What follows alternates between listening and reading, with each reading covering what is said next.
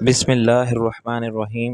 السلام علیکم، کیسے ہیں آپ سب لوگ؟ میں امید کرتا ہوں آپ سب لوگ خیریت سے ہوں گے، ٹھیک ٹھاک ہوں گے۔ آج ہم ناول مداری کی ایک اور ایپیسوڈ پڑھیں گے۔ ناول مداری شروع کرتے ہیں۔ بالآخر میں نے آگے بڑھنے کا فیصلہ کیا۔ میرا ذہن شبنم کی برہمی کا کوئی سبب تلاش کرنے سے قاصر تھا۔ وہ صبح سے میرے ساتھ تھی اور اسلام آباد انٹرنیشنل ایئرپورٹ کی حدود میں داخل ہونے کے بعد بلکہ ڈپارچر لاؤنج تک وہ انتہائی خوشگوار خاصے رومانٹک موڈ میں تھی۔ میں یہ محسوس کرنے لگا تھا کہ چندا کی وجہ سے ہمارے جذباتی اعتماد کے آئینے میں جو بال آ گیا تھا، اس کا وجود شاید خیالی تھا۔ شبنم آج بھی میرے قریب تھی اور جیسے زمین کشش شکل کے باعث سورج کے گرد اپنے مدو پر گھومتی ہے اور چاند کے لیے زمین کی کشش سے دور جانا ممکن نہ تھا، ایسی میں اور شبنم اپنی اپنی محبت کے حدود دائرے سے دور کہیں جا ہی نہیں سکتے تھے۔ زندگی کے راستوں پر ناراضگی اور خوشی تو دھوپ چھاؤں کی طرح ملتی ہے، لیکن پھر اچانک کچھ ہو گیا۔ میں نے کوئی دل آزار بات نہیں کی تھی جس سے اچانک اس کا موڈ اتنا خراب ہو جاتا۔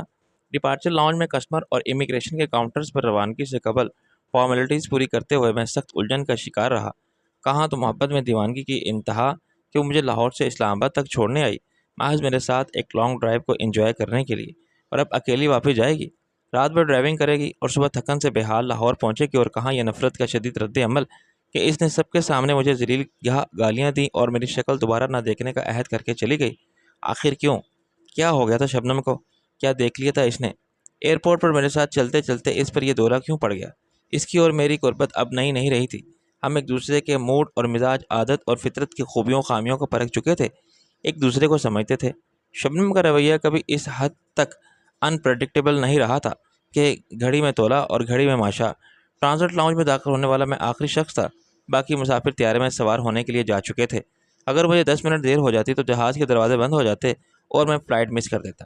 شبنم کے پیچھے دوڑتا اور اس سے ناراضگی کی وجہ معلوم کرتا، اسے سمجھانا، قائل کرتا اور مناتا۔ یہ سب 10 منٹ کا کام یقیناً نہیں تھا۔ میں نے اچھا ہی کیا جو اسے جانے دیا۔ جہاز کی طرف جاتے ہوئے میں نے سوچا میرے واپس آنے تک وہ خود ہی ٹھیک ہو جائے گی، ورنہ میں لندن سے فون پر بات کر کے اس پاگل پن کے دورے کا سبب پوچھ لوں گا۔ اس کا دماغ آج کل کچھ زیادہ ہی خراب ہونے لگا ہے، بات بات پر بگڑ جاتی ہے اور رائی کا پہاڑ بنا دیتی ہے۔ میں نے اس کا کچھ علاج نہ کیا تو یہ پاگل پن میرے لیے زندگی کا عذاب بن جائے گا۔ جہاز میں بیٹھنے تک میں شبنم پر غصہ آنے لگا تھا۔ اس نے ایئرپورٹ موجود لوگوں کا خیال کیے بغیر مجھے بے عزت کیا۔ یہ نہیں سوچا کہ نہ میں کوئی گمنام شخص ہوں اور نہ وہ کوئی عام لڑکی ہے۔ کچھ لوگ شاہ عالم کو بھی پہچانتے تھے اور اخبار کی ایڈیٹر شبنم کو بھی۔ کیا سوچا ہوگا انہوں نے میرے بارے میں؟ اور خود شبنم کی نیک نامی کا امیج خراب ہوا ہوگا۔ کہیں روزنامہ خبردار کو خبر مل گئی تو ایک چٹپٹی سرخی شاہ عالم کی محبوبہ کا ایئرپورٹ پر ہنگامہ، صحافی خاتون لندن جانے کا ارادہ ترک کر کے واپس چلے گئی۔ اور بہت سی باتوں کے ساتھ مجھے یہ خیال بھی آیا کہ کہیں شبنم کی متنون مزاجی کے یہ دورے اعصابی تو نہیں۔ مسلسل دباؤ کا شکار رہنے سے اعصاب بالآخر جواب دے جاتا ہے۔ مرد تو پھر مرد برداشت کرتے ہیں، مگر عورتوں پر فوراً ہسٹریا کا دورہ پڑ جاتا ہے، جو اس لحاظ سے اچھا ہے کہ روح پیٹ کے یا چیخ چلا کے وہ دل کی بھڑاس نکال لیتی ہیں۔ یہ دورے پڑتے جائیں تو پاگل پن جیسی علامات بھی ظاہر ہونے لگتی ہیں۔ کیا شبنم کو نفسیاتی علاج کی ضرورت ہے؟ اور نہیں جی۔ میرے ساتھ بیٹھے ہوئے تربوز جیسے شخص نے کہا، اس کی لمبائی چوڑائی اور گولائی برابر تھی اور وہ ایک قدیم واجہ کا دھاری دار سوٹ پہن کے بیٹھا ہوا تھا جس کا رنگ پرانا ہو کے تربوز جیسا ہو گیا تھا۔ میں چونک پڑا۔ میں نے اسے غور سے دیکھا۔ کیا اس نے میرے ذہن میں آنے والے کیا خیال پڑھ لیا تھا یا میں بے خیالی میں اونچا بول گیا تھا؟ مجھے اپنی طرف متوجہ پا کے تربوز مسکرایا۔ متعارف کرنا، مجھے اپنے آپ سے بولنے کی عادت ہے۔ میں نے کوئی جواب نہیں دیا اور ایئر ہوسٹس سے کافی طلب کی۔ تربوز نے ہونٹوں پر زبان پھیری۔ ہم بھی کچھ حلق تر کر لیں، ادھر تو مفت کی ملتی ہے۔ ایئر ہوسٹس نے مطلب سمجھنے کے باوجود کہا، کیا پئیں گے آپ؟ میں نے کہا کچھ نہیں، یہ اپنے آپ سے باتیں کر رہے تھے، آپ جائیں۔ تربوز اچھلا، کیسی بات کرتے ہو جی آپ؟ میں ان سے کچھ کہہ رہا تھا۔ میں نے کہا لیکن ابھی خود آپ نے مجھے بتایا تھا۔ ظاہر ہے اس کے بعد ہمارے تعلقات میں سرد مہری آ گئی تھی اور میں نے خدا کا شکر ادا کیا کہ مجھے تنہائی میسر آئی، لیکن کافی آنے سے پہلے ہی چندہ نمودار ہوئی۔ کس نے تربوز سے مخاطب ہو کے انتہائی شیریں لہجے میں مسکرا کے درخواست کی، اگر آپ کو زحمت نہ ہو تو وہاں چلے جائیں میری سیٹ پر۔ تربوز کی بچھی کھل گئی، کیونکہ جو سیٹ چندہ نے چھوڑی تھی اس کے برابر والی سیٹ پر ایک غیر ملکی خاتون بیٹھی تھی جس کے رخصت طلب کرتے شباب کا نظارہ غروب آفتاب کے منظر کی طرح نظر نواز تھا۔ کیوں نہیں جی، آپ صوبار ادھر تشریف رکھو۔ ظاہر ہے چندہ کو دیکھتے میں بھونچا کے رہ گیا اور جب تک وہ میرے ساتھ بیٹھی تب تک میں اپنی حیرت کے شوق کو جھیل چکا تھا۔ چندہ کے سازشی مقاصد کی کامیابی پر غصے کا شکار ہونے لگا تھا۔ اس کی کوئی ذاتی وجہ نہ ہوتی تو میں تربوز سے زیادہ خوش ہوتا اور دوسرے بہت سے مسافر ضرور میری خوش قسمتی پر رشک میں مبتلا ہوں گے کہ تربوز جیسے بے ہنگم اور بیہودہ ہم سفر کی جگہ میری ہم نشیں چندہ جیسی حسینہ ہوئی۔ جس کے حسن کی تابانی ہر نظر کو خیر کرتی تھی۔ ایک مدت کے بعد میں نے اسے پھر دھوپ سے زیادہ اجلے اور بے داغ سفید شلوار قمیض اور دوپٹے میں دیکھا۔ اپنی بڑی بڑی کاجل جیسی قدرتی سیاہی رکھنے والی آنکھوں اور اماوس کی رات سے زیادہ کالے بالوں کے ساتھ سفیدی کا یہ امتزاج اس کے حسن کو ایک ملکوتی سحر آفرینی کا انداز عطا کرتا تھا۔ اس نے بالوں میں چاندنی کا کلپ لگا رکھا تھا جو پھولوں کے گلدستے جیسا تھا اور کانوں میں سفید چاندی کے آویزے پہن رکھے تھے جو بالکل موتیے کے پھول لگتے تھے۔ کمال کے ہاسپٹل میں اس کو مسلسل نرس کی وردی میں اور گھر باہر بالکل سادہ لباس میں میک اپ کے بغیر دیکھنے کے بعد اس کا جلوہ نمائی کا یہ انداز میرے دل میں گزارے ہوئے وقت کی بہت سی حسین یادوں کو جگانے کا سبب بن گیا۔ اس نے میری گھرتی ہوئی خاموش نگاہوں سے گھبرا کے سوال کیا، ایسا کیا دیکھ رہے ہو؟ لوگ دیکھ رہے ہیں، میں نے اسپاٹ لہجے میں کہا، ایسی کی تیسی لوگوں کی نظر صرف ایک خوبصورت لڑکی کو دیکھ رہی ہے، اس کی نیت اور حقیقت کو نہیں۔ وہ آہستہ سے بولی، تم خوش نہیں ہو میرے ساتھ بیٹھنے سے؟ میں نے بد اخلاقی سے کہا، اعتراض تو میں تربوز کے یہاں بیٹھنے پر بھی نہیں کر سکتا تھا، یہ میرا ذاتی جہاز نہیں ہے، لیکن تمہارے سوال کا جواب یہ ہے کہ ہرگز نہیں۔ اس کا چہرہ اتر گیا، یہ محض اتفاق ہے۔ دیکھو زیادہ چکر مت دو مجھے، جیسے تم اتفاق قرار دے رہی ہو وہ ایک سازش تھی تمہاری، تم سب کی، وہ الو کا پٹھا کمال اور کوئن بھی شامل ہے اس سازش میں۔ میں نے صاف انکار کر دیا کہ تمہارے ساتھ نہیں جاؤں گا، اس کے باوجود تمہیں مجھ پر مسلط کر دیا۔ وہ مجروح لہجے میں بولی، نہیں یہ بات نہیں ہے، میں کوئن کے شوہر ایڈورڈ کے ساتھ ہی جاتی، لیکن تمہیں معلوم ہو گیا کہ میں بھی لندن جا رہا ہوں اور میری بدقسمتی کہ میرے جانے کا ٹائم بھی کنسائڈ کر گیا تھا، لیکن مس چاندنی میں نہیں چاہتا کہ تمہیں کوئی خوش فہمی رہے۔ لندن میں اترتے ہی تمہارے اور میرے راستے الگ ہو جائیں گے۔ اس نے آہستہ سے اقرار میں سر ہلایا۔ تم بہت خفا ہو؟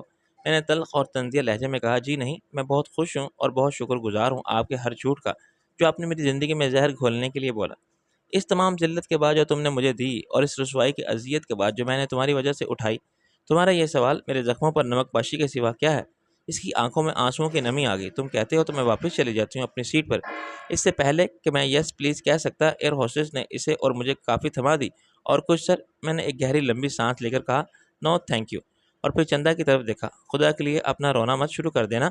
چندا کوشش کر کے آنسوؤں کو پی گئی۔ ہمارے درمیان رنجش اور دل آزاری کے جذبات کی ایک خلیج حائل ہو گئی تھی۔ میں اسے سخت ناراض تھا کیونکہ اب ایئرپورٹ پر شبنم کی اچانک خفگی کا سبب مجھ پر عیاں ہو گیا تھا۔ اس کی نظر نے وہ دیکھ لیا تھا جو میں نہ دیکھ سکا تھا۔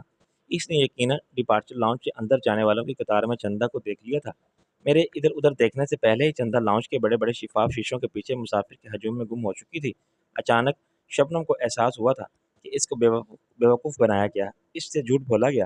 میں نے اس کے سر کی قسم کھانے کے لیے کہا کہ میں چندا کے ساتھ لندن نہیں جا رہا ہوں۔ میں اس کی بدگمانی پر بہت مشتعل ہوا تھا، مگر میرا وہ غصہ ہی جھوٹ تھا۔ اس نے تصدیق کے لیے ایئر لائن سے معلوم کیا تھا۔ اسے یہ معلوم ہوا تھا کہ چندا یا چاندنی کے نام سے لندن جانے والی کوئی مسافر خاتون نہیں، لیکن یہ بھی جھوٹ تھا۔ چندا نے جانتے بوجھتے اپنے اصل نام کے ساتھ سفر نہیں کیا تھا۔ شاید اس نے نیا پاسپورٹ کسی اور نام سے حاصل کیا تھا۔ شاید وہ مسز ناصر عظیم کے نام سے سفر کر رہی تھی اور یہ انتظام میں نے چندا کے ساتھ مل کے کیا تھا۔ شک، حسد اور رقابت کی چنگاریاں اس کے دل میں پہلے ہی روشن تھیں۔ چندا کو اسی فلائٹ کے مسافروں میں دیکھ کر شبنم کے جذبات میں ایک دھماکے سے آگ لگ گئی۔ اس کے بعد جو شبنم نے کیا وہ ایک فطری نفرت کا رد عمل تھا۔ اب میں اسے کیسے یقین دلاؤں گا کہ میں نے اس سے کوئی جھوٹ نہیں بولا تھا؟ میں تو خود ایک سازش کا شکار ہوا تھا۔ میں کیسے اسے قائل کروں گا کہ چندا کے بارے میں جو کچھ وہ سوچتی ہے محض غلط فہمی پر مبنی ہے؟ میں اسے ڈبل روڈ کراس نہیں کر رہا تھا، اس کی آنکھوں میں دھول جھونک کر چندا کے ساتھ پینگے نہیں بڑھا رہا تھا اور اس کے ساتھ رنگ رنگیاں بنانے لندن نہیں جا رہا تھا۔ مجھے کمال پر بھی سخت تیش آ رہا تھا جس نے میرے ساتھ شبنم کو جانتے بوجھتے نہیں کیا۔ میرے واضح انکار کے باوجود اسے میرے پروگرام میں شامل کر دیا اور اسی فلائٹ پر اس کے لیے بھی سیٹ لے لی جس سے میری روانگی طے تھی۔ حیرانی مجھے فلائٹ انفارمیشن دینے والوں پر تھی۔ انہوں نے کنفرم کیا تھا کہ پیسنجر لسٹ میں چندا کا نام شامل نہیں ہے۔ کافی کا مگ چندا کے ہاتھوں میں لرز رہا تھا اور دوپٹے کے کونے سے ایک قطرہ اشک کو ٹپکنے سے پہلے ہی صاف کر دیا گیا جو اس کے ضبط کی کوششوں کو شکست دے کر آنکھوں سے نکل آیا تھا۔ میں اپنی سیٹ پر چلی جاتی ہوں، چندا نے گلوگیر لہجے میں کہا۔ میں نے کچھ ندامت محسوس کی اور تربوز کا تصور کیا۔ اب آ گئی ہو تو بیٹھی رہو، لیکن ایک بات بتاؤ مجھے، تم کس نام سے سفر کر رہی ہو؟ اس نے کافی کا ایک گھونٹ لیا۔ اپنے نام سے، اپنے پاسپورٹ پر۔ میں نے کہا، عجیب بات ہے، فلائٹ انفارمیشن والوں نے بھی مجھ سے جھوٹ بولا۔ کل میں نے معلوم کیا تھا تمہارا نام پیسنجر لسٹ میں نہیں تھا، اگر ہوتا تو تم کیا کرتے؟ شاید اپنی سیٹ کینسل کرا دیتا، ایک ہفتے بعد جاتا۔ میں نے کہا، جھوٹ تم کسی سے نہیں بولا، میں کل ہی آ گئی تھی، لیکن میری سیٹ چانس پر تھی، کل مجھے جگہ نہیں ملی تھی، آج خوش قسمتی یا بدقسمتی سے مل گئی۔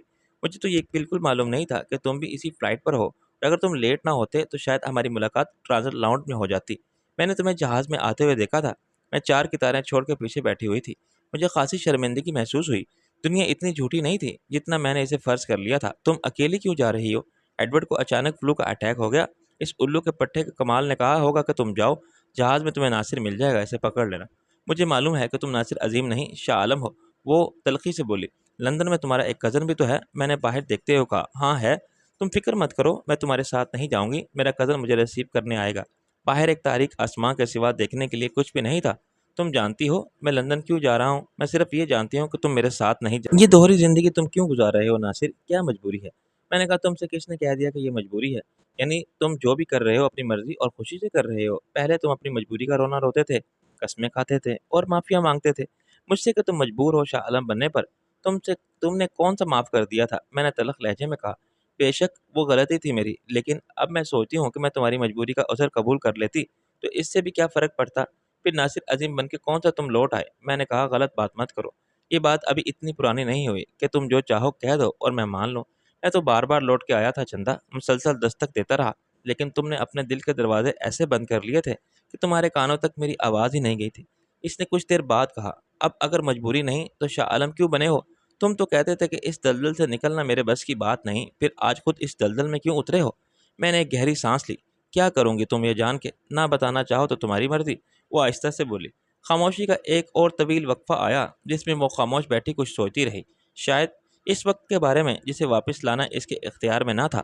میں کھڑکی کے باہر کے اندھیرے میں اس وقت کی پرچھائیاں دیکھتا رہا جس کا ہر لمحہ میری یادوں کے عجائب خانے میں ہمیشہ کے لیے محفوظ ہو گیا تھا۔ یہ ناممکن تھا کہ اسے مٹایا جا سکے، اور میں مٹا بھی نہیں چاہتا تھا۔ کسی شاعر نے ویسے تو حقیقت بیان کی تھی کہ یاد ماضی عذاب ہے یارب، چھین لے مجھ سے حافظہ میرا، لیکن اس عذاب میں بھی تسکین کے کتنے اسباب ہیں۔ لوگ بچھڑ جانے والوں کو، گزری ہوئی منزلوں کو، پرانے لوگوں کو اور ان چیزوں کو جو کبھی ان کے پاس تھیں اور انہیں بہت عزیز تھیں۔ جب میں اسکول میں تھا تو مجھے سالگرہ پر ایک سائیکل ملی تھی تحفے میں، اور وہ پہلی کار میں نے جو خریدی تھی۔ ایک کتا کئی سال ہمارے ساتھ رہا، کتابوں میں رکھے ہوئے پھول، چند تصویریں بتا، چندہ حسینوں کے خطوط، ان سب کو بھولنا چاہتا ہے۔ سرحد پار سے آنے والے آج بھی ان گلیوں کو یاد کرتے ہیں جہاں ان کا بچپن بیتا۔ پردیس میں وطن کی یاد آتی ہے، جتنا تڑپاتی ہے اتنا ہی سکون بھی دیتی ہے۔ نوسٹیلگیا کا الگ نشہ ہے جس کا مقابلہ شاید کوئی اور نشہ نہیں کر سکتا۔ پرانے خواب بار بار دیکھنے کا لطف اٹھانے کے لیے ہر شخص پرانی تصویروں کے البم کھول کے بیٹھتا ہے اور بھول جاتا ہے کہ وہ کہاں ہے اور وقت کے کون سے حصے میں ہے۔ ایسا ہی میرے ساتھ ہوا تھا۔ چندا کو بھی پھر پرانے روپ میں دیکھا، اس کے قریب کو، اس کے قرب کو محسوس کیا۔ اس کے وجود کی سحر آفری خوشبو نے پھر حواس کو چھیڑا۔ اس نے پھر گزرے ہوئے وقت کی بات کی تو جیسے یادوں کے سب دریچے کھل گئے۔ پرانے البم کے صفحے ایک ایک کر کے پلٹتے ہوئے مجھے وقت کے گزارنے کا احساس بھی نہ ہوا۔ اچانک چندا نے کہا، ناصر تمہیں یاد ہے؟ میں چونکا۔ کیا؟ ایک بار جب خانجی بیمار تھے، مسلسل کوما میں تھے، اور تم انہیں دیکھنے آئے تھے تو انہیں تم سے باتیں کی تھی، میرے حلق میں جیسے کرواہٹ کھل گئی۔ بہت اچھی طرح یاد ہے۔ یہ بھی یاد ہے کہ انہوں نے کیا کہا تھا۔ ایک ایک لفظ یاد ہے، اور یہ بھی میں نہیں بھولا کہ تم نے ان کے کہے ہوئے ہر لفظ کو جھٹلا دیا تھا۔ انہوں نے مجھے معاف کر دیا تھا، میری مجبوری کے عذر کو تسلیم کر لیا تھا۔ انہوں نے بالکل مجھ پہ اعتبار کر لیا تھا، لیکن میں ناصر عظیم ہوں، ہمیشہ تھا اور رہوں گا۔ اور کتنی صفاقی کے ساتھ تم نے کہہ دیا کہ میں جھوٹ بول رہا ہوں۔ تمہیں اندازہ ہے کہ مجھے کتنا دکھ ہوا تھا، کتنا گر گیا تھا میں خود اپنی نظر میں۔ کیا میں خان جی سے کوئی جھوٹ منسوب کر سکتا تھا اپنے فائدے کے لیے؟ ناؤز باللہ، یہ تو میرے نزدیک ایسا ہی گناہ عظیم ہوگا جیسے میں کسی دنیاوی فائدے کے لیے کسی کو حدیث کھڑ کے سنا دوں۔ کتنا رویا تھا میں، اور کتنی دعائیں مانگی تھی میں نے کہ ایک بار، صرف ایک بار خان جی کو ہوش آ جائے اور وہ تمہارے سامنے کہہ دیں کہ چندا، ناصر نے جو بھی کہا ہے سچ کہا ہے۔ یہ زخم آج بھی تازہ ہے میرے دل میں آج بھی جھوٹا ہوں تمہاری نظر میں۔ اس نے اپنا ہاتھ میرے ہاتھ پر رکھ دیا۔ نہیں، تم نے سچ کہا تھا۔ میں نے اپنا ہاتھ کھینچ لیا۔ رہنے دو چندا، اب کوئی فائدہ نہیں۔ اس نے ایک گہری ٹھنڈی سانس لی۔ تم چاہو تو بدلہ لے سکتے ہو آج مجھے جھوٹا کہہ کے۔ میں نہیں سمجھتا کہ میرے بس کی بات ہوگی۔ اگر کتا مجھے کاٹ لے تو میں کتے کو نہیں کاٹ سکتا۔ خاموشی کے ایک مختصر وقفے میں اس نے دوبارہ میری طرف دیکھا، اور وہ مجھ سے کہنا چاہتی تھی، لیکن اس کے لیے چندا کے پاس الفاظ نہیں تھے، یا وہ طے نہیں کر پا رہی تھی کہ اسے مجھ سے کیا بات کہنی چاہیے، یہ بات کہنی بھی چاہیے یا نہیں۔ میں بے نیازانہ انداز میں منتظر رہا۔ بالآخر اس نے کہا، ناصر، اور کچھ دیر دوپٹے کے کونے کو اپنی ایک انگلی پر لپیٹی کھولتی رہی، میں نے تمہارے ساتھ بہت زیادتی کی تھی۔ میں نے کہا، غالب کا ایک شعر سناؤں کہ مرے قتل کے بعد اس نے جفا سے توبہ، ہائے او زود و پشیماں کا پشیماں ہونا۔ وہ بولی تم مجھے معاف نہیں کر سکتے؟ میں نے تن سے کہا دیکھو مس چاندنی خانم، اول تو میں دل میں کسی کے خلاف کینہ رکھتا نہیں، میری تم سے کوئی دشمنی بھی نہیں، تم اپنی زندگی جی رہی ہو، میں اپنی جی رہا ہوں، اب اس سے کیا فرق پڑے گا اگر میں کہوں کہ جاؤ میں تو معاف کیا؟ فرق مجھے پڑے گا۔ میں نے تلخی سے کہا اگر تم سمجھتی ہو کہ اس کے بعد سب کچھ پہلے کی طرح ہو جائے گا، میں ساری باتیں بھلا کے لندن میں تمہارے ساتھ چل پڑوں گا، تو یہ خیال دل سے نکال دو، میری اور تمہاری زندگی کے راستے جدا ہو چکے ہیں۔ راستے کہاں جدا ہوتے ہیں، ہم وقت کی ایک ہی راہ پر گزر ہم وقت کی ایک ہی راہ گزر پر ہیں۔ خون کے رشتوں کی طرح ایک رشتہ وقت کی مسافت کا بھی ہوتا ہے۔ کتنا عرصہ ہم ایک دوسرے کی ہم سفری میں گزار چکے ہیں، اس وقت سے انکار کیسے ممکن ہے کہ وہ ہماری زندگی میں آیا ہی نہیں تھا؟ ہم تو اس وقت بھی ساتھ ہیں۔ میں خاموش رہا، میں چاہتا تو دلائل سے اس کو غلط ثابت کر سکتا تھا، مگر اس کی بات میرے دل کو لگی تھی۔ میں بحث میں نہیں پڑھنا چاہتا تھا اور یہ اعتراف کرنے کے لیے بھی تیار نہ تھا کہ میرے اس کے درمیان شناسائی کا رشتہ جیسا پہلے تھا ویسا آج بھی ہے۔ وہ اچانک بولی تم خوابوں پر یقین رکھتے ہو؟ میں نے کہا تمہارا مطلب ہے خوابوں کی نفسیات پر؟ سگمنٹ فرائڈ کی کتاب کچھ لوگوں کے لیے مستند ہوگی، میں اس سے متفق نہیں۔ وہ سمجھ گئی کہ میں جانتے بوجھتے ہر باب کا الٹا جواب دے رہا ہوں۔ میری مراد تھی خوابوں کی تعبیر سے۔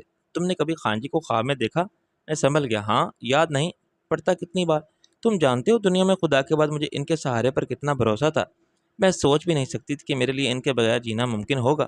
جب تم ساتھ تھے تو مجھے یہ خیال کبھی نہ آیا کہ جس دن خان جی نہیں ہوں گے اس دن میں کیا کروں گی۔ بعد میں خان جی نے باتوں باتوں میں مجھے اکثر سمجھایا کہ خیر چھوڑو، ان باتوں کا اب کوئی مطلب نہیں، خان جی نہیں ہیں اور میں زندہ ہوں، اس لندن جانے والی فلائٹ پر ہوں اور اتفاق سے تم بھی ساتھ ہو۔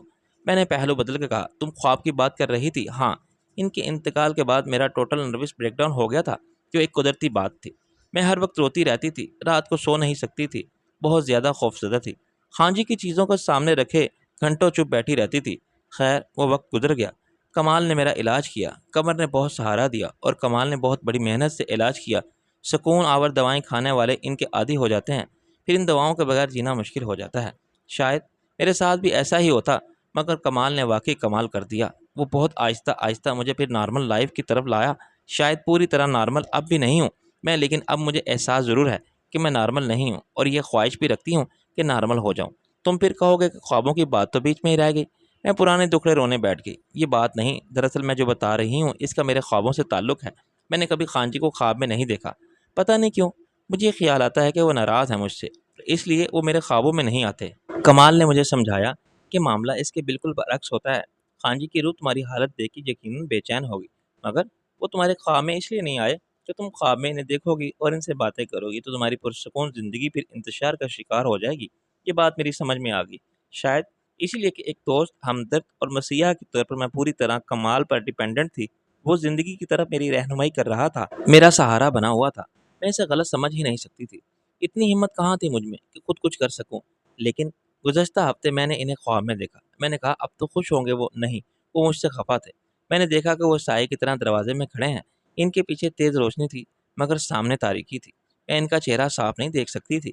انہوں نے وہی کپڑے پہن رکھے تھے، سفید پتلون، سفید ٹی شرٹ اور جاگرز۔ میں کمرے کے بیچ میں کھڑی تھی۔ میں نے ان سے کہا کہ خان جی اندر آ جائیں تو وہ بولے کہ نہیں، میں اندر نہیں آ سکتا۔ میں نے ان کی آواز سے محسوس کیا کہ وہ مجھ سے خفا ہیں۔ میں نے پوچھا آخر میرا قصور کیا ہے؟ وہ کچھ نہیں بولے اور پلٹ کر چلے گئے۔ میں ان کے پیچھے دوڑی اور میں ان کی آوازیں دی، خان جی کچھ بتائیے تو صحیح۔ اس وقت تک وہ باہر والے گیٹ تک پہنچ گئے تھے۔ وہ ہمارا پرانا گھر تھا، ان کی پرانی ملٹری ماڈل 1952 کی جیپ بھی وہاں موجود تھی۔ میں نے بے خیالی میں کہا وہ جیپ کہاں گئی؟ کمال نے دے دی کسی کو، شاید اس نے لی تھی جس نے ہمارا مکان خریدا تھا۔ کمال نے سب دے دیا تھا۔ میرے پاس ایک تو پرانا فریج ہے، ایک سلائی مشین، ایک exercise machine, T V, radio اور کچھ برتن۔ وہ کچھ دیر کے لیے خاموش ہوئی اور وہ پھر بولی، باہر بھی عجیب سی روشنی تھی، لیکن اس روشنی میں اور کچھ نظر نہیں آیا مجھے۔ یوں لگتا تھا جیسے وہ خلا میں ہیں اور خلا کو روشنی نے بھر دیا ہے۔ کچھ عجیب سا خواب تھا۔ میں نے کہا خواب عجیب ہی ہوتے ہیں۔ خان جی نے ایک بار پلٹ کے دیکھا مجھے، ان کی آنکھوں میں دکھ اور ناراضگی کے جذبات تھے۔ جواب دیے بغیر وہ غائب ہو گئے، لیکن جیسے کسی نے اچانک روشنی گل کر دی ہو۔ میں بالکل اندھیرے میں کھڑی رہ گئی۔ میں نے انہیں بہت آوازیں دیں، خان جی، مگر وہ جا چکے تھے۔ پھر میری آنکھ کھل گئی اور مجھے ایسا لگا کہ میں خود اپنی آواز سے جاگی ہوں۔ شاید میں خان جی چلا رہی تھی، میرا جسم کانپ رہا تھا اور حلق خشک ہو رہا تھا۔ میں نے خود ہی اٹھ کے پانی پیا اور پھر ساری رات سو نہیں سکی۔ مجھے شدت سے اپنے اکیلے ہونے کا احساس ہوا۔ میری آواز پر کوئی اٹھ کے نہیں آیا تھا، کوئی مجھے تسلی دینے والا نہیں تھا۔ میں کسی کو بتا نہیں سکتی کہ میرے ساتھ کیا ہوا تھا۔ میں نے کہا اس تنہائی کی زندگی کا انتخاب خود تم نے کیا ہے؟ ہاں، میں کسی کو الزام نہیں دے سکتی، اپنے آپ کو اکیلا کرنے والی میں خود ہوں۔ آج تم میرے ساتھ نہیں ہو، قمر مجھ سے بدگمان ہے، رئیس میں میرے پاس نہیں آتا، کمال کو ضرور ہمدردی ہے مجھ سے، مگر میں جانتی ہوں کہ یہ ہمدردی ایک مریض کے لیے ہے یا زیادہ سے زیادہ ایک ساتھی کے لیے جو بیمار ہے۔ وہ ایسا ہی آدمی ہے جو طبعاً شریف اور اس کا دل سب کے لیے ہمدردی کے جذبات سے معمور ہے۔ میں نے کہا یہ غلط سوچ ہے، زندگی نے ہم سب کو جس رشتے سے باندھ رکھا ہے وہ حالات اور صدمات سے ٹوٹنے والا نہیں ہے۔ وہ پھر کچھ دیر سوچتی رہی۔ صبح میں نے کسی کو کچھ نہیں بتایا، مگر کمال نے محسوس کر لیا کہ میں کچھ چپ چپ اور کھوئی کھوئی سی ہوں۔ اس نے اصرار سے پوچھا تو میں نے بتا دیا، وہاں کوئن بھی تھی۔ اس نے کہا کہ مجھے دعا کرنی چاہیے اور خدا سے سکون اور استقامت مانگنی چاہیے۔ جب میں پریشان ہوتی ہوں تو چرچ میں جا کے اپنی پریشانی خدا کو بتا دیتی ہوں، اور خدا میرا بڑا اچھا دوست ہے، وہ ہمیشہ میرے کام آتا ہے۔ آج میں چرچ جاؤں گی اور تمہاری بات کروں گی خدا سے۔ مجھے کوئن کی بات اچھی لگی۔ وہ اتوار کا دن تھا، ہم نے ہاسپٹل میں قرآن خوانی کا اہتمام کیا، سب مریض اور اسٹاف کے لوگ شریک ہوئے۔ میں نے، کمال نے اور قمر نے مل کے ایک قرآن ختم کیا۔ رات کو میں نے خان جی کی مغفرت کی اور روح کی آسودگی کے لیے دعا مانگی، لیکن دوسری رات میں نے پھر وہی خواب دیکھا۔ خان جی دروازے تک آ کے رک گئے۔ میں نے پھر ان سے اندر آنے کے لیے کہا، مگر وہ نہیں آئے۔ فرق صرف یہ پڑا کہ مجھے ان کے چہرے پر دکھ اور ناراضگی کے جذبات کی جگہ ایک شفیق مسکراہٹ نظر آئی۔ انہوں نے مسکرا کے کہا کہ آج نہیں، پھر کبھی آؤں گا۔ میں نے پوچھا پھر کب آئیں گے؟ تو وہ جاتے جاتے پلٹ کے بولے، چندا، تم نے کسی کا دل دکھایا ہے، کیا تمہیں اس کا احساس ہے؟ میرا دل دھک سے رہ گیا۔ میں نے کہا کہ آپ کیا کہہ رہے ہیں میں خان جی؟ مگر انہوں نے کوئی جواب نہیں دیا اور چلے گئے۔ پھر جاگ اٹھی اور پھر صبح تک جاگتی رہی۔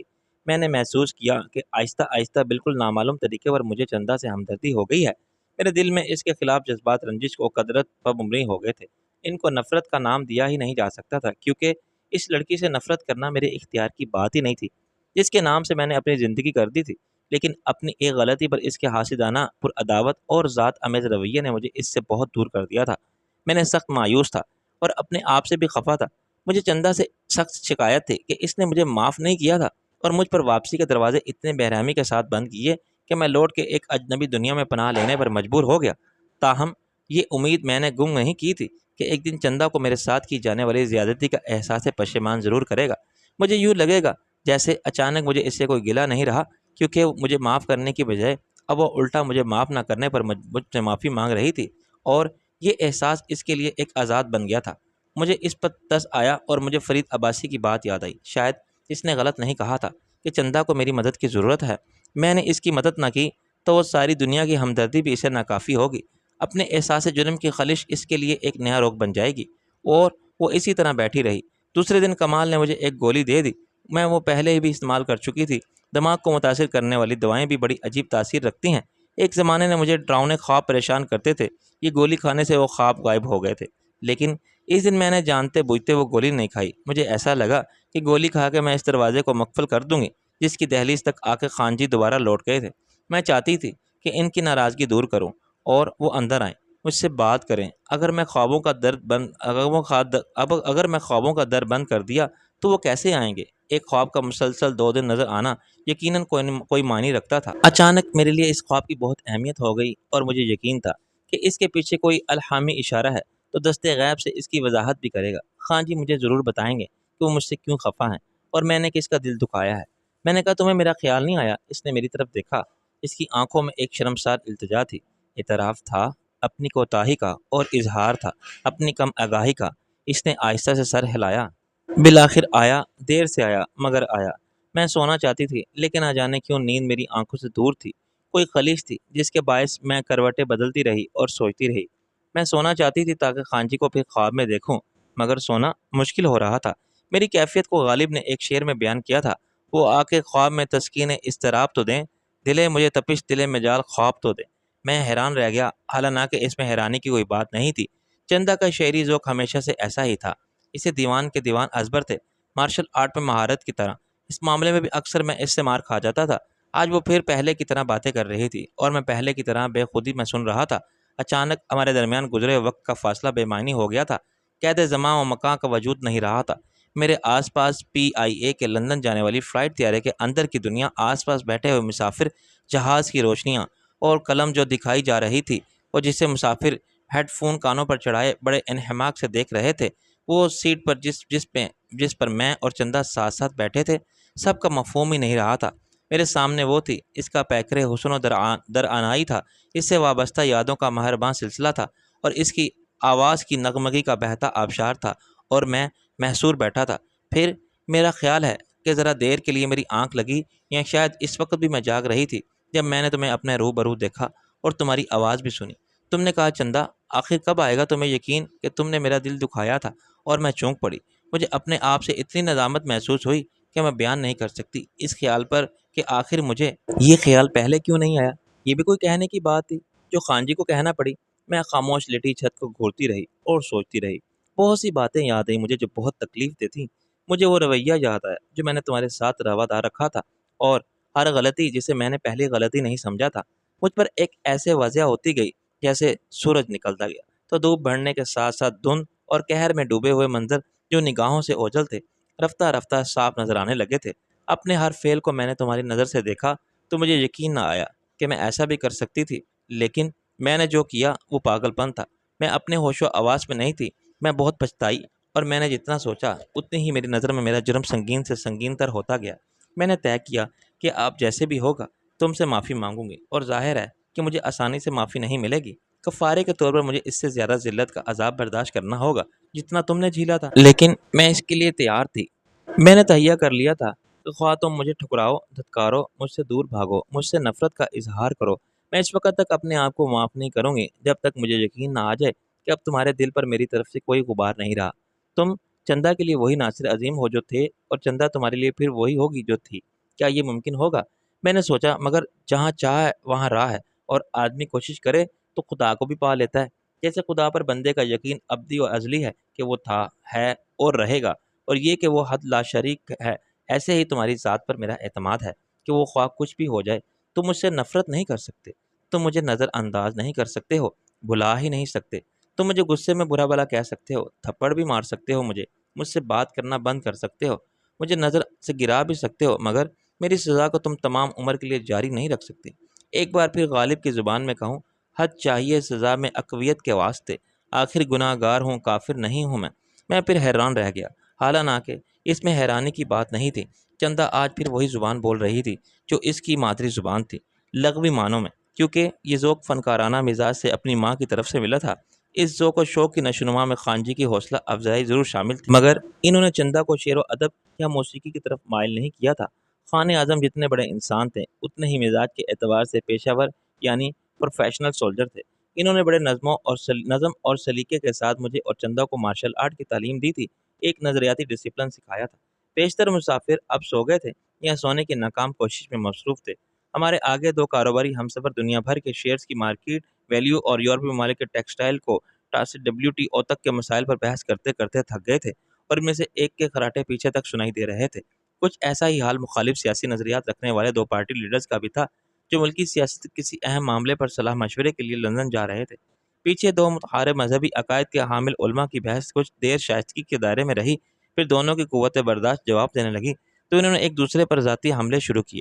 ان کی آواز بلند سے بلند تر ہوتی گئی، وہ آپ جناب سے تو تکا پر آ گئے، پھر ایک دوسرے پر چلانے لگے، اور اگر فوری طور پر سامعین دخل اندازی نہ کرتے تو شاید وہ ایک دوسرے کی داڑیاں نوچتے اور کپڑے پھاڑتے۔ انہیں الگ الگ بٹھانے کی کوشش ناکام ہو گئی تھی۔ وہ خاموش ہو جانے والے آتش فشاں کی طرح اب تک ایک دوسرے کے ساتھ بیٹھے دھواں دے رہے تھے۔ ہمارے علاوہ صرف ایک اور جوڑا تھا جو اپنی باتوں میں اتنا مگن تھا کہ انہیں ارد گرد کی دنیا کے معاملات سے کوئی سروکار نہ تھا۔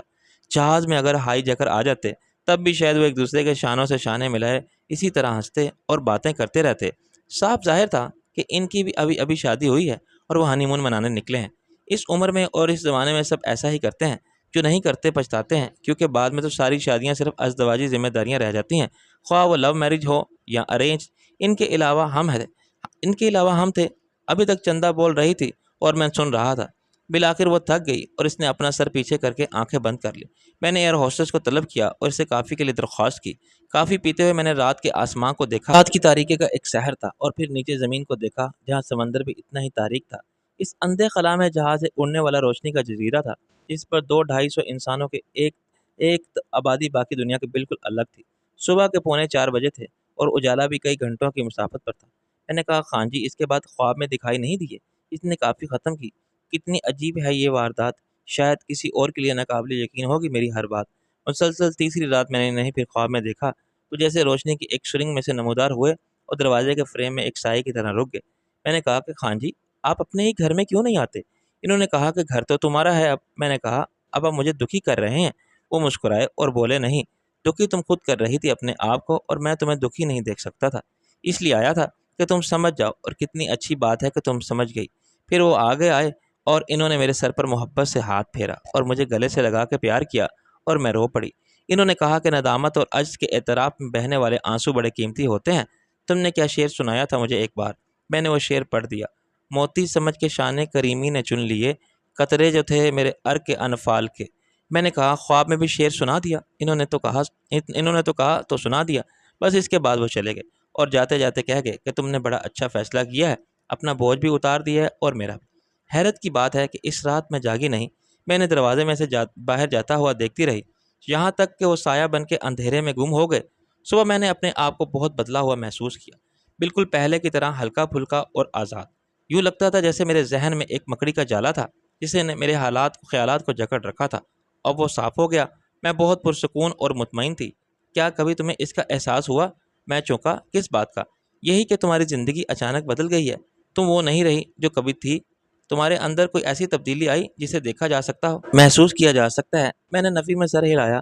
مجھے اس کا کوئی تجربہ نہیں۔ کیوں؟ جب تم نے شاہ عالم رہنے کے بعد پھر ناصر عظیم بننے کا فیصلہ کیا تھا تو کیسا لگا تھا تمہیں؟ کیا تم مجھے شرمندہ کرنے کے لیے یہ پوچھ رہی ہو؟ وہ جلدی سے بولی نہیں ناصر، چلو جانے دو اس بات کو۔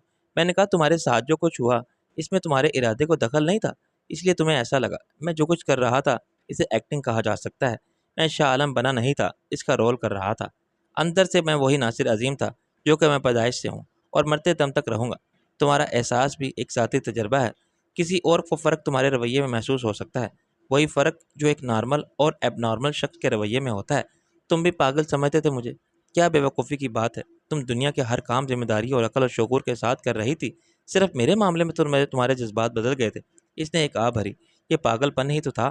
میں نے کہا تم کچھ دیر آرام کر لو، سو جاؤ۔ اس نے بچوں کی طرح میری بات مان لی، اچھا کہہ کے میرے کندھے پر سر رکھا اور 2 منٹ میں سو گئی۔ اگر میں چندا کے سوال کا صحیح جواب دیتا تو کہتا کہ ہاں، یہ تجربہ مجھے ابھی ابھی ہوا ہے، میں اس تبدیلی کے عمل سے گزر رہا ہوں، کیونکہ تمہارے لیے میرے جذبات اور میرے خیالات اچانک بدل گئے ہیں اور میں بہت ہلکا پھلکا اور آزاد محسوس کر رہا ہوں، جیسے میرے سر پر قرض کے احساس کا جیسا کوئی بوجھ تھا جو اتر گیا ہے، جس نے میرے پورے وجود کو مکڑی کے جالے سے زیادہ مضبوطی کے ساتھ جکڑ رکھا تھا، ٹوٹ گیا ہے۔ میں نہیں کہہ سکتا کہ ایسا کیوں ہوا، اور اس معاملے میں قصوروار میرے سوا کوئی نہیں۔ اس کے ایب نارمل ہونے کے اسباب بہت واضح تھے۔ وہ دوہرے صدمے سے بدحال تھی۔ پہلے میں نے اسے چھوڑ دیا، پھر خانجی چلے گئے، وہ بالکل تنہا اور بے سہارا ہو گئی۔ جب اسے میری رفاقت اور سہارے کی سب سے زیادہ ضرورت تھی تو میں اس کے پاس نہ تھا۔ وہ دیکھ رہی تھی کہ میں کتنی دور چلا گیا ہوں۔ مجھے چندا کو رعایت دینی چاہیے تھی، یہ سوچنا چاہیے تھا کہ وہ نارمل نہیں، مگر میں تو نارمل ہوں نا۔ یہ باتیں مجھے سب نے سمجھانے کی کوشش کی تھی اور میں نے سمجھنے سے انکار کر دیا تھا۔ سب نے دلیل سے مجھے قائل کرنے کی کوشش کی تھی کہ چندا کو ہمدردی کی ضرورت ہے، اسے غم ساری چاہیے تاکہ اس کا اعتماد بحال ہو سکے، وہ سنبھل سکے اور اس جذباتی بحران سے نکل آئے۔ لیکن میں کسی دلیل سے قائل نہیں ہوا تھا اور اس کے سوا کچھ نہیں سوچ سکتا تھا کہ چندا نے مجھے معاف نہیں کیا اور مجھے ذلیل کیا، حالانکہ وہ اس قابل بھی نہیں تھی کہ مجھے معاف کر سکتی۔ غصے میں ایک پاگل آدمی قتل بھی کر دے تو یہ قتل نہیں سمجھا جاتا اور اس کی کوئی سزا نہیں ہوتی۔ پھر میں نے چندا کو کیوں سزا دی؟ اپنے خیالات کی اس تبدیلی پر میں خود حیران تھا۔ یکلخت چندا مجھے اچھی لگنے لگی تھی، بالکل اسی طرح جیسے پہلے لگتی تھی۔ میں اپنے آپ سے پشیمان تھا کہ اتنا عرصہ بلا وجہ اس سے الرجک رہا اور خود کو بھی خواہ خواہ کے عذاب میں مبتلا کیا۔ وہ اجالا پھیلنے تک سوتی رہی اور میں جاگتا رہا۔ ایک ہی پوز میں بیٹھتے بیٹھتے میرے شانے بازو اور ٹانگیں سب اکڑ گئے تھے۔ میں نے گزرتی ہوئی ایئر ہوسٹس سے کافی کے لیے کہا تو چندا آنکھیں کھول کے ایک دم اٹھ بیٹھی میرے لیے بھی۔ میں نے ہنس کے کہا تم سو رہی تھی یا سونے کی ایکٹنگ کر رہی تھی؟ اس نے مسکرا کے انگڑائی لی اور چہرے پر آ جانے والے بالوں کو سمیٹا۔ آئی ایم سوری، مجھے اچانک نیند آ گئی۔ تم ایسے ہی بیٹھے رہے رات بھر؟ میں نے کہا رات بھر کہاں، 4 تو بج گئے تھے باتیں کرتے کرتے، اور ویسے بھی مجھے ٹرین یا جہاز میں نیند نہیں آتی۔ ناشتے کے بعد ایک فلم کا ٹائٹل دیکھ کے میں نے سوچا ہی تھا کہ کانوں پر ہیڈ فون چڑھا لوں، مگر اس وقت پیچھے کوئی ہنگامہ شروع ہو گیا۔ ایک بڑے بڑے بالوں اور موٹے شیشوں کی اینک والا دانشور ٹائپ شخص چلانے لگا، مجھے دال میں کچھ کالا نظر آ رہا ہے۔ ایک خرانٹ مہندی رنگ کے چھدرے بالوں اور میچ کرتی ہوئی داڑھی والے 50 سال سے اوپر کے شخص کے ذرا کے جواب دیا، تم خود کالے ہو دال کے بچے، یہ دونوں تمہاری بیویاں نہیں؟ دانشور نے کہا پھر کیا تمہاری بیویاں ہیں؟ اور تم ہوتے کون ہو مجھ سے ثبوت مانگنے والے، ورنہ میں اپنا نکاح نامہ دکھا سکتا تھا۔ میں نے ان کی باتیں سنی ہیں اور تم وقت منہ اور اس وقت تم منہ کھولے پڑے تھے اور خراٹے لے رہے تھے۔ دانشور کو ایک اور شخص کی حمایت حاصل ہوگی جب نسبتاً جو جوان اور مضبوط جسم کا مالک تھا۔ کیا سنا تھا آپ نے؟ یہ شخص ایک کو بیوی بنا کے اپنے ساتھ لے جا رہا ہے، دوسری اس کی ماں ہے۔ ایک بیوی ہے تو دوسری ساس ہونا چاہیے تھی، مگر یہ دونوں کو بیویاں بتا رہا ہے۔ غیر قانونی تارکین وطن کی حیثیت اختیار کر لینے والا مسافر شور مچانے لگا۔ یہ بکواس کرتا ہے، پوچھ لو ان دونوں سے۔ پوچھنے کی کیا ضرورت ہے؟ میں نے ساری بات سن لی ہے خود اپنے کانوں سے۔ تم نے ماں کو سبز باغ دکھا کے لڑکی سے شادی کر لی ہے۔ لڑکی کو ڈر ہے کہ تم اسے لندن میں کسی غیر اخلاقی کام پر لگا دو گے، دانشور نے چلا کے کہا، اور اس طرح دوسرے مسافروں کو بھی متوجہ کر لیا۔ اس کا ساتھ دینے والے نوجوان نے کہا، بھائی صاحب یہ کیا چکر ہے؟ داڑھی والا چیخ کے بولا، تم بیٹھ چپ کر کے، اس سے میں نمٹ لوں گا۔ نوجوان مشتعل ہو گیا، تم جیسے لوگ پاکستانیوں کو بدنام کرتے ہو، ہماری بھی بے عزتی ہوتی ہے۔ یہاں تو میں چپ ہو جاؤں گا، لیکن لندن کی پولیس کو تم کیسے چپ کراؤ گے؟ وہ میرا کام ہے۔ پولیس تم سے نہیں پوچھے گی کہ تمہاری کیا لگتی ہے، اور ان کے منہ میں زبان ہے، یہ بتا دے گی۔ دانشور بولا، یہاں کیوں گونگی بنی بیٹھی ہے یہ؟ کیوں بھی؟ مجھے بتاؤ، کیا تمہاری بیٹی کا نام الفت جان نہیں ہے؟ داڑھی والا غصے سے بے قابو ہو گیا۔ اوئے مجھ سے بات کر۔ دانشور نے خواتین سے خطاب جاری رکھا، بتاؤ اس شخص نے تمہارے شوہر کو اور اس لڑکی کے باپ کو 1,00,000 روپیہ نقد ادا نہیں کیا؟ بولو، اور کیا تم خود اس کے ساتھ نہیں جا رہی ہو؟ مگر میں بتاؤں کہ یہ شخص تمہیں بھی بتا دے گا، تم خاک حفاظت کرو گی۔ داڑھی والا اچھل کے پیچھے گیا تو اسے نہیں مانے گا، گالی دیتا ہے بے غیرت، دانشور چلایا۔ اس کا حامی نوجوان بر وقت بیچ میں نہ آتا تو دانشور یقیناً جاتا، کیونکہ وہ ہم عمر ہونے کے باوجود داڑھی والے سے مخاطب تھا۔ سٹاپ، یہ ایک غیر قانونی معاملہ ہے۔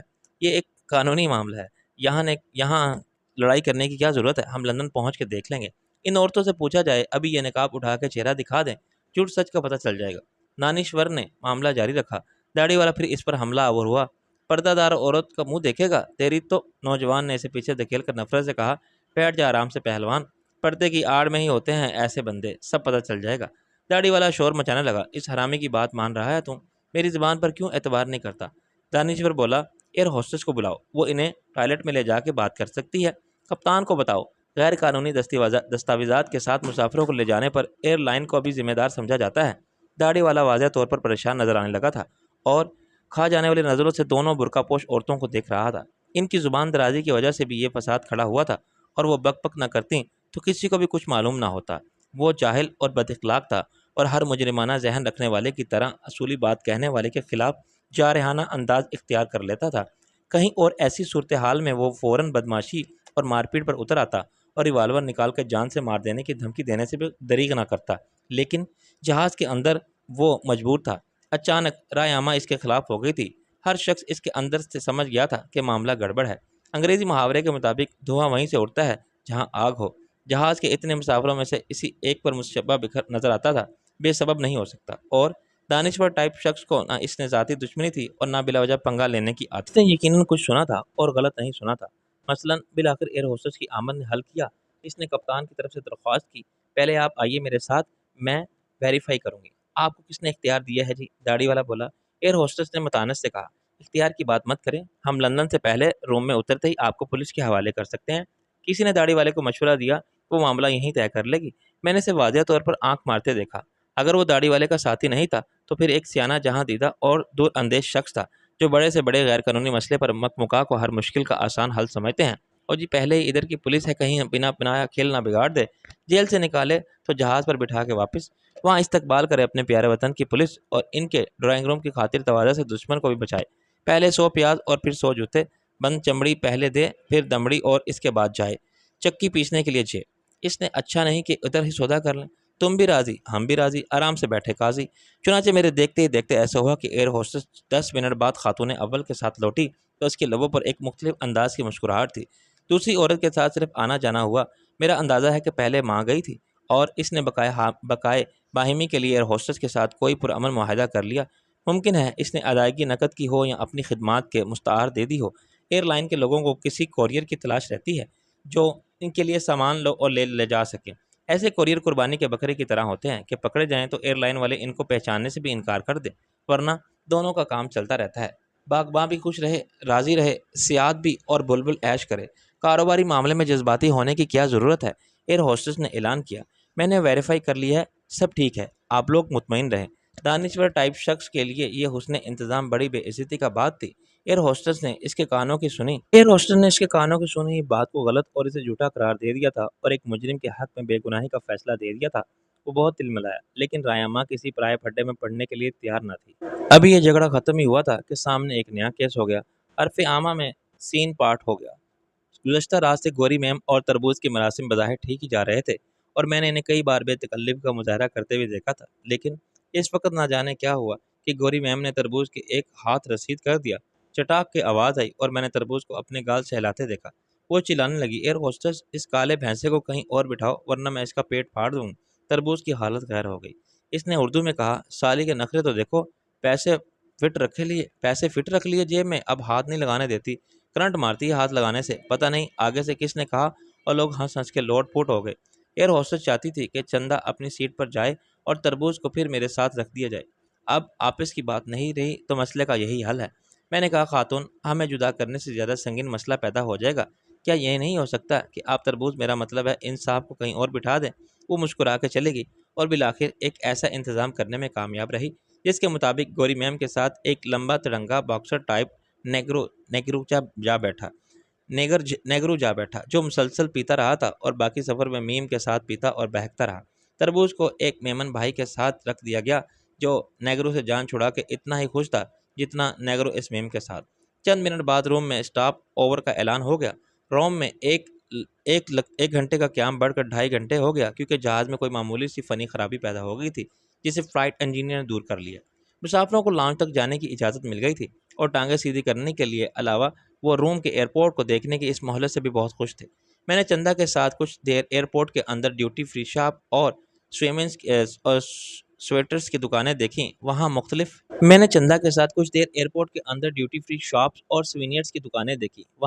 موموں اور مختلف سیاح بڑے پڑے تھے، لیکن کوئی کسی کی طرف نہیں دیکھ رہا تھا سوائے کچھ ایشیائی باشندوں کے۔ اس کے لباس کے معاملے میں، کفایت شاعری کے معاملے میں شریک ہر ولایتی حسینہ کے لیے دیدہ دل فرش راہ کیے نظر آتے تھے۔ ہم 1 گھنٹے تک پھرتے رہے۔ میں نے خاص طور پر نوٹ کیا کہ مرد تو مرد، انڈین اور پاکستانی عورتیں بھی چندا کو دیکھ کے ٹھٹک کر رہ جاتی تھی۔ میں نے چندا سے کہا، چندا، یہ لندن میں تمہارا کون سا کزن ہو گیا ہے؟ میں اسے کیوں نہیں جانتا؟ وہ جوتے اتار کے گھاس پر بیٹھ گئی۔ جانتی تو میں بھی نہیں تھی۔ کیا یہ کوئی بہت دور کا کزن ہے؟ 7ویں پشت کا؟ نہیں، وہ میرا سگا ماموں زاد بھائی ہے۔ میں نے حیرانی سے کہا، اور تم ابھی تک اس سے ناواقف تھی؟ ہاں، بہت سی باتیں خان جی نے مجھے نہیں بتائی تھیں جو مجھے ان کے انتقال کے بعد معلوم ہوئی۔ ان کی کسی ڈائری سے؟ نہیں، وہ ڈائری نہیں لکھتے تھے۔ مجھے کچھ خطوط ملے تھے اور انہیں پڑھ کر میری حالت خراب ہو گئی تھی۔ میں نے کہا، ایسی کیا بات تھی ان خطوط میں، اور کیا لکھا تھا اس خط میں؟ میرے والد کے اور میری ماں کے میری پیدائش سے پہلے کے خطوط تھے۔ صرف ایک خط 3 سال پہلے کا تھا۔ اس پر 27 جنوری 1990 کی تاریخ تھی۔ میری ماں نے سابق مشرقی پاکستان کے شہر کے کسی بازار سے لکھا تھا، مگر اس پر نام کے ساتھ کوئی پتہ نہیں تھا۔ میں دم بخود رہ گیا۔ تمہاری ماں 3 سال پہلے تک زندہ تھی؟ بنگلہ دیش میں تھی، ہاں، لیکن مجھے معلوم نہیں تھا، اور معلوم ہونے سے بھی فرق نہ پڑتا کیونکہ تم اپنی ماں سے ملنے کی کوشش نہ کرتی۔ اس نے نفی میں سر ہلایا، کبھی نہیں۔ اس کے اور میرے درمیان رشتہ بھی کیا تھا؟ نہ پیار کا، نہ جذبات کا، نہ مذہب کا، نہ ملک کا۔ مجھ پر حیرت کا پہاڑ ٹوٹ پڑا۔ یہ تم کیا کہہ رہی ہو؟ خان جی نے بہت اچھا کیا کہ مجھے کچھ معلوم نہیں ہونے دیا۔ جو جھوٹ انہوں نے زندگی بھر بولا وہ میری بقا کے لیے ناگزیر تھا۔ سچ مجھ اس وقت معلوم ہوا جب میں اس کا مقابلہ کر سکتی تھی۔ خان جی اگر چاہتے تو ان خطوں کو جلا کے راکھ کر سکتے تھے، مگر شاید وہ چاہتے تھے کہ ان کی وفات کے بعد حقیقت میرے سامنے آ جائے، ورنہ بعد میں کسی مرحلے پر گھر والوں نے مجھ پہ ضابطہ کر لیا تو وہ جھوٹ کو سچ مچ اور جھوٹ کو بنا پیش کریں گے۔ یہ سچ میں جھوٹ ایسے ملائیں گے کہ مرنے کے بعد میرے دادا کی خود میری نظر میں کوئی اہمیت نہ رہے۔ میرا ایک ماموں ڈھاکہ میں ہے۔ اس کا لندن والا بیٹا ڈاکٹر ہے۔ جب میں خان جی کے علاج کے سلسلے میں ڈاکٹر کمال کے ساتھ دنیا بھر کے ڈاکٹروں سے رابطہ کر رہی تھی، اتفاق سے اس کا پتہ چلا۔ ڈاکٹر کمال کے پاس جو فون آئے تھے اور خطوط آئے تھے، ان میں سے اس کا بھی ایک خط تھا۔ وہ لندن کے نامور ہاسپٹل میں نیورو سرجن ہے۔ ہم نے اسے خان جی کی رپورٹ ہسٹری بھیجی۔ جب خان جی کو معلوم ہوا تو انہوں نے سختی سے منع کر دیا۔ وہ بول نہیں سکتے تھے مگر دیکھ سکتے تھے۔ انہوں نے ساری خط و کتابت لیٹے لیٹے پڑھی اور انکار کر دیا۔ ان کی آنکھوں میں ناپسندیدگی بلکہ نفرت اتنی واضح تھی کہ میں مجبور ہو گئی۔ اس نے لندن سے کئی فون کیے اور بہت سے خط ارسال کیے اور خان جی نے ریسیو کیے۔ اس کا آخری فون مجھے خان جی کے انتقال کے 2 مہینے بعد موصول ہوا تھا۔ خان جی کی موت کی خبر سن کے اس نے بڑے افسوس کا اظہار کیا اور کہنے لگا کہ میں خدائی دعوے دار تو نہیں، لیکن تم انہیں لے آتی میرے پاس تو شاید کچھ ہو جاتا۔ اگر اخراجات کا مسئلہ تھا تب بھی تم مجھے بتا سکتی تھی۔ اپنی کزن کے لیے میں تو اتنا کر ہی سکتا تھا کہ ہاسپٹل کے تمام اخراجات اٹھاؤں۔ میں نے کہا کہ یہ تم کیا بک رہے ہو، میں تمہاری کزن کیسے ہو گئی؟ وہ بولا کہ یہی تو مذاق کیا ہے تقدیر نے ہمارے ساتھ۔ ہمارے بزرگوں نے بہت جھوٹ بولا مگر ہم تو سچ بول سکتے ہیں۔ حقیقت یہ ہے کہ تم میری پھوپھی زاد بہن ہو اور میں تمہارا ماموں زاد بھائی ہوں۔ میں نے اسے خواب خوب سنائی، یہ سمجھتے ہوئے کہ یہ وہ یقیناً شراب کے نشے میں پاگل ہو رہا ہے۔ میں نے پوچھا کیا نام ہے تمہارا اس کزن کا؟ چندا نے کافی کا ایک گھونٹ لیا۔ ڈاکٹر راج موہن مکرجی۔ میں اچھل پڑا اور کافی میرے کپڑوں پر گری۔ وہ ہندو ہے؟ چندا نے آہستہ سے سر ہلایا۔ ہاں تو کیا تمہاری ماں وہ بھی ہندو تھی؟ اس کا نام تھا شانتی مکرجی۔ اس کا باپ چندر موہن مکرجی ہماری وزارت خارجہ میں سیکشن آفیسر تھا۔ میرا دماغ گھومنے لگا۔ چندا تم مذاق کر رہی ہو؟ اس سے بڑا سچ نہیں ہو سکتا ناصر۔ اور اس نے اسلام قبول کر لیا تھا اور اس کا اسلامی نام زلیخا رکھا گیا تھا، شاید میرے والد کی پسند پر، کیونکہ ان کا نام یوسف تھا۔ مجھے معلوم ہے کیپٹن یوسف خان 71 کی جنگ میں شہید ہوا تھا، لیکن خان جی کے پاس اس کی کوئی تصویر نہیں تھی۔ وہ یوسف کا ذکر بھی نہیں کرتے تھے۔ ان کے پاس آنے والے ایک پرانے ساتھی نے باتوں باتوں میں اس کا حوالہ دیا کہ وہ بڑی بڑی بہادری کے ساتھ بھارتی فوج کا مقابلہ کرتے ہوئے شہید ہوا تھا۔ بڑے افسوس کی بات ہے کہ اسے کوئی تمغہ جرات نہیں دیا گیا تھا۔ اس وقت میں نے دیکھا کہ خان جی کی حالت غیر ہو گئی تھی اور انہوں نے اپنے دوست سے بڑی سختی کے ساتھ کہا تھا کہ پھر کبھی اس کا ذکر مت کرنا میرے سامنے، انہیں بہت تکلیف ہوتی ہے اس بات سے۔ اس سے پہلے انہوں نے مجھے بتایا تھا کہ تمہارے ماں باپ دونوں مر گئے ہیں۔ میں نے پوچھا تھا کہ کیسے، تو انہوں نے کہا کہ ایک حادثے میں، لیکن آئندہ کبھی ان کے بارے میں کوئی سوال مت کرنا۔ اور میں نے اس بات کا ہمیشہ خیال رکھا کہ جس بات سے خان جی کو تکلیف پہنچنے کا ذرا بھی احتمال ہو اس سے اعتراض کیا جائے۔ میرا خیال تھا کہ اکلوتے بیٹے کی اذیت ناک موت کا صدمہ خان جی کو آج بھی خون کے آنسو رلاتا ہوگا۔ یہ خان جی کے انتقال کے بعد معلوم ہوا کہ اصل بات کچھ اور تھی۔ وہ بہادر آدمی تھے، وہ سپاہی جو موت کے ساتھ آنکھ مچولی کھیلتا ہے، اور وہ مجاہد جس کے لیے کہا گیا ہے کہ یہ شہادت ہے تو مطلوب مقصود مومن، نہ مال غنیمت نہ کشور کشائی۔ میں نے کہا چندا ایک بات پوچھوں، یہ ذوق و شوق موروثی نہیں ہے؟ خان جی کو شاعری اور موسیقی وغیرہ سے کوئی شف نہیں تھا جو تمہاری فطرت کا حصہ ہے؟ اس نے سر ہلایا۔ یہ سب مجھے ماں کی طرف سے ملا ہے۔ خان جی کے پاس ایک خاندانی البم تھا، اس میں نے ان کے بچپن کی تصویریں بھی تھیں اور دادی کی بھی۔ وہ آپس میں کزن تھے۔ خان جی ایک بہن تھی، ایک بھائی تھا، کس کی صورت میں مجھ سے نہیں ملتی تھی۔ اس سے میں نے اندازہ لگایا کہ میری صورت بھی اماں جیسی ہے۔ تم نے اس کی کوئی تصویر بھی نہیں دیکھی؟ نہیں۔ خان جی نے اس کے خط میں ایک خاص مقصد کے لیے سنبھال کے رکھے تھے۔ شاید انہیں احساس ہوگا کہ اپنی ماں سے مجھے دور رکھنے کا فیصلہ ان کا ذاتی فیصلہ تھا۔ اپنی زندگی میں وہ اس پر کار بند رہے اور انہوں نے مجھے بھی اس کا پابند کیا، مگر میرے بالغ ہو جانے اور اس کے دنیا سے اٹھ جانے کے بعد وہ فیصلے کا اختیار مجھے دینا چاہتے تھے، لیکن میں بھی سمجھتی تھی کہ ان کا فیصلہ درست تھا اور آج بھی اس پر کار بند ہوں۔ میں نے کہا لیکن تم اپنے کزن سے ملو گی جو تمہاری ماں کے بھائی کا بیٹا ہے؟ اس نے نظریں جھکا لی۔ وہ جھوٹ بولا تھا میں نے تم سے، یہ ناممکن تھا میرے لیے۔ میں نے کہا پھر کہاں جاؤ گی، کہاں رہو گی؟ کسی بھی اچھے ہوٹل میں۔ لندن میں ایک بچہ بھی اکیلا محفوظ رہ سکتا ہے۔ میں نے کہا لیکن تم اکیلی، میرا مطلب ہے تم لندن میں اکیلی یہ سب کیسے کرو گی؟ اور لندن کے علاوہ شاید تمہیں جرمنی اور ہالینڈ بھی جانا پڑا، پھر کیا؟ اس نے بیگ اٹھا لیا۔ جاؤں گی ہر جگہ، فارم کا کوئی نمائندہ مجھے ریسیو کرے گا اور میں بہرحال بچی نہیں ہوں۔ اب چلو، جہاز کی روانگی میں صرف آدھا گھنٹہ رہ گیا، ایسا نہ ہو کہ یہیں بیٹھے رہ جائیں۔ میں نے کہا ہمارے بغیر جہاز کیسے اڑ سکتا ہے؟ اور وہ جائے سیر کے لیے روم سے بہتر کون سی جگہ ہو سکتی ہے؟ وہ اٹھ کھڑی ہوئی۔ سر، تفریح کے لیے آپ نکلے ہیں، میں کام سے آئی ہوں۔ میری تو ڈیٹس ہیں پہلے سے، معلوم ہے لندن میں ڈیٹ کا مطلب کیا ہوتا ہے؟ معلوم ہے، اس نے ہنس کے کہا۔ سفر کا پھر آغاز ہوا تو چندا نے مجھے اپنے ماضی کی باقی باتیں سنائیں، جو اس داستان ماضی سے اکثر مختلف تھیں، جو خان جی سے وقتاً وقتاً ٹکڑوں کی صورت میں سناتے رہتے تھے، اور چند ایسی باتیں جوڑ کے میں نے چندا کی عمر رفتہ کا کچھ پوچھا اور ہی نقشہ بنا رکھا تھا۔ اور خان اعظم یعنی کرنل خان کا ایک ہی بیٹا یوسف خان باپ کی طرح فوجی تھا۔ در حقیقت خان جی کا پورا خاندانی منظر ایسا ہی تھا۔ ان کے آباء و اجداد کے زمانے سے لوگ زمیندار تھے یا فوج میں خدمات سر انجام دے چکے تھے۔ شاندار خدمات کا قابل فخر ریکارڈ رکھتے تھے۔ یوسف خان اپنے باپ کی طرح ایک وجیح اور پرکشش شخصیت کا مالک تھا۔ اس کے دوست احباب اسے ہیرو کہتے تھے، اور مذاق میں دلیپ کمار بھی، کیونکہ دلیپ کمار اصل نام بھی یوسف خان تھا۔ اس نے سن 65 کے بعد فوج میں کمیشن لیا اور ابتدائی 2 سال اسکول سگنل راولپنڈی میں رہا۔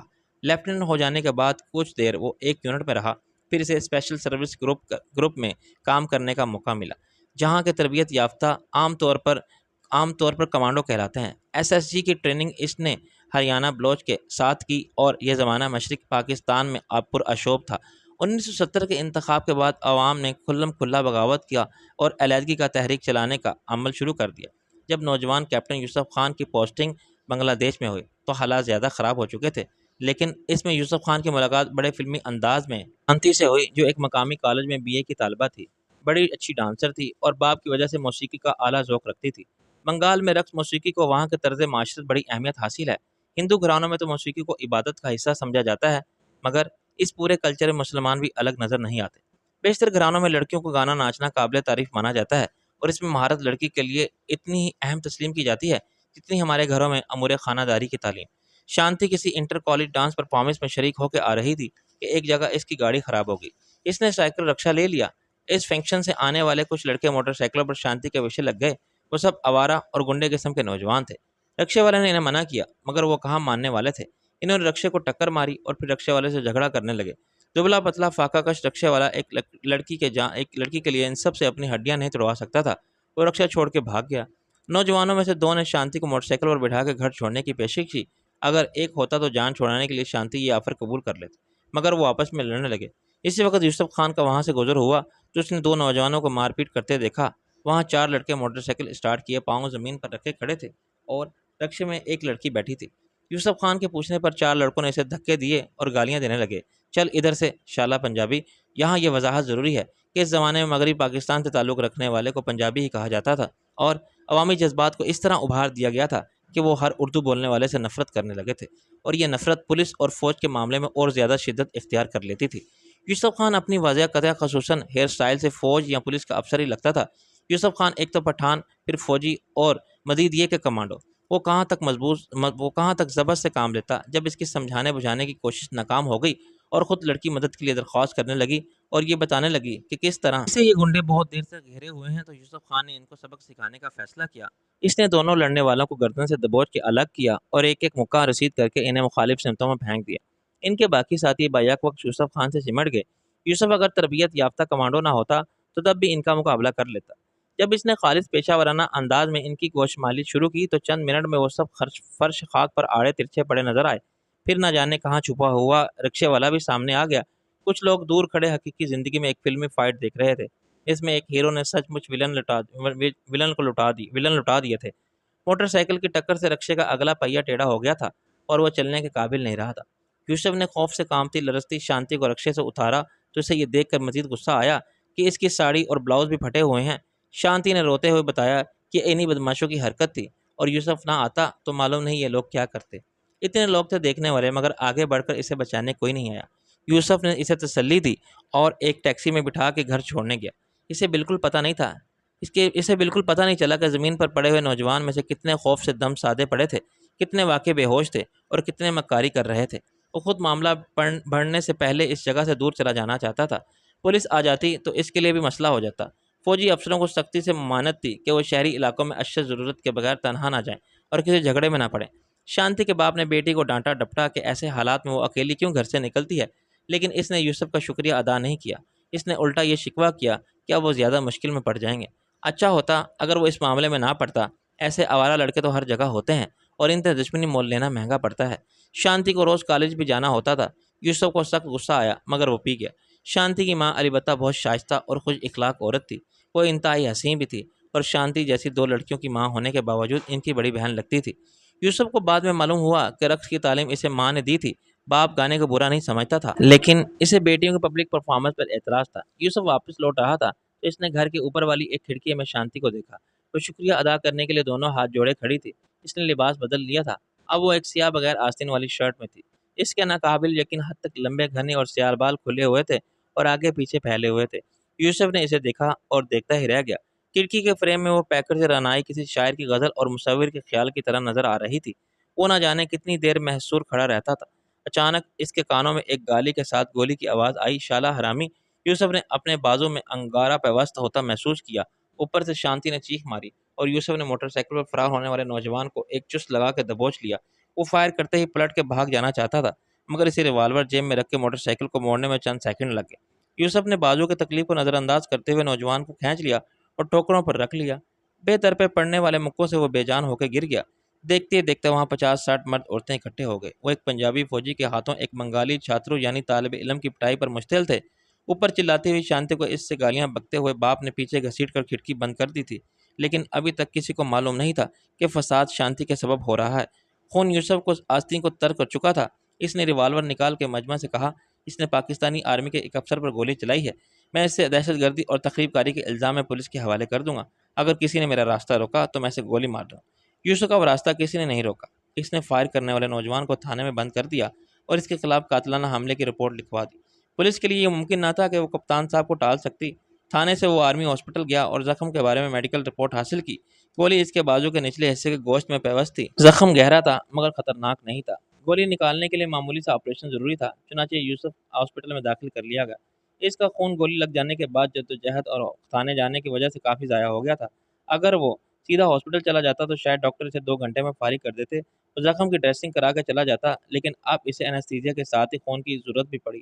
اس کے یونٹ کے کمانڈنگ آفیسر کے علاوہ کچھ ساتھی اسے دیکھنے آئے، وہ نیم غنودگی میں تھا، تو اس کے بیڈ سائڈ ایک طرف خون اور گلوکوز کی بوتلیں الٹی لٹکی ہوئی تھیں اور دوسری طرف ایک بڑی خوبصورت لڑکی ہاتھ میں پھول پکڑے آنسو بہا رہی تھی۔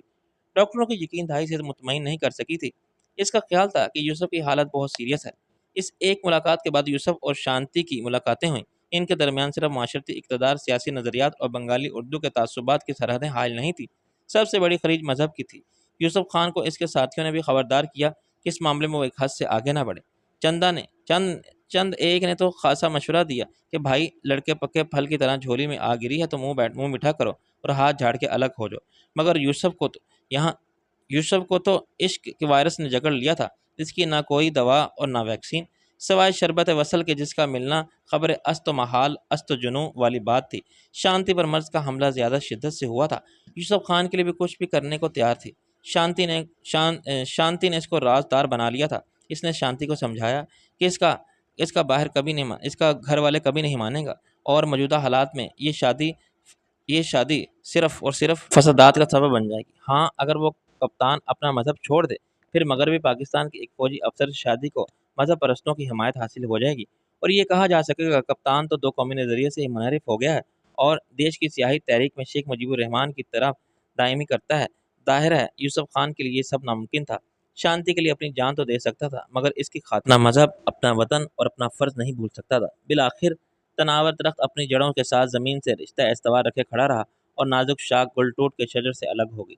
شانتی نے یوسف خان سے شادی کے لیے اسلام قبول کر لیا۔ اس کا اسلامی نام زلیخا خاتون رکھا گیا۔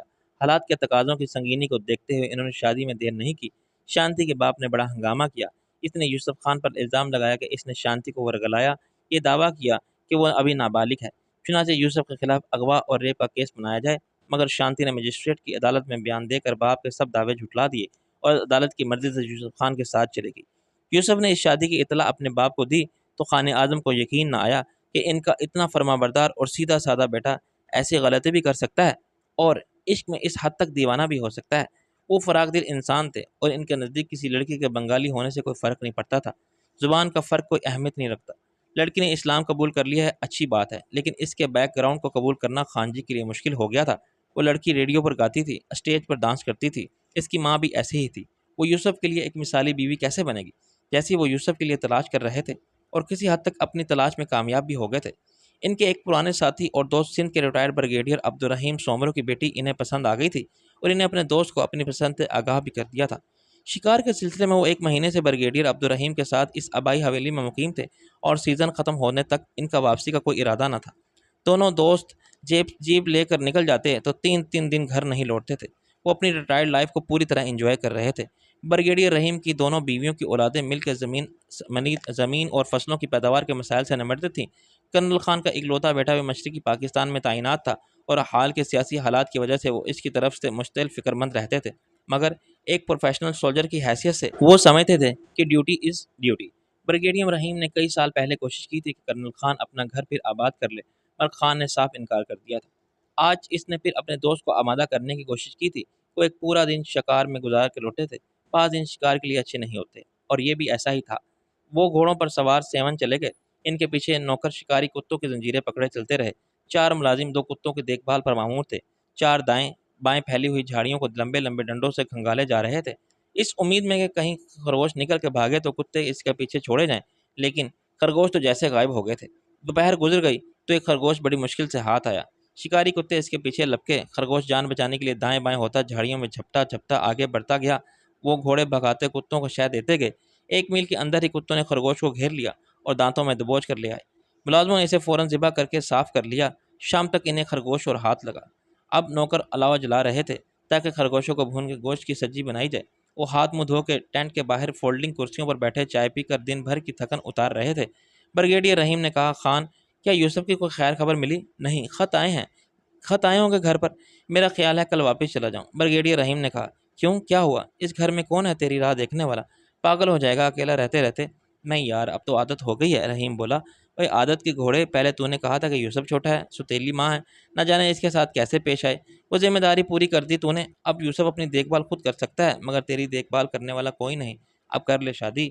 کرنل خان ہنس پڑا، اور نہیں یار، اب تو وقت گزر گیا ہے۔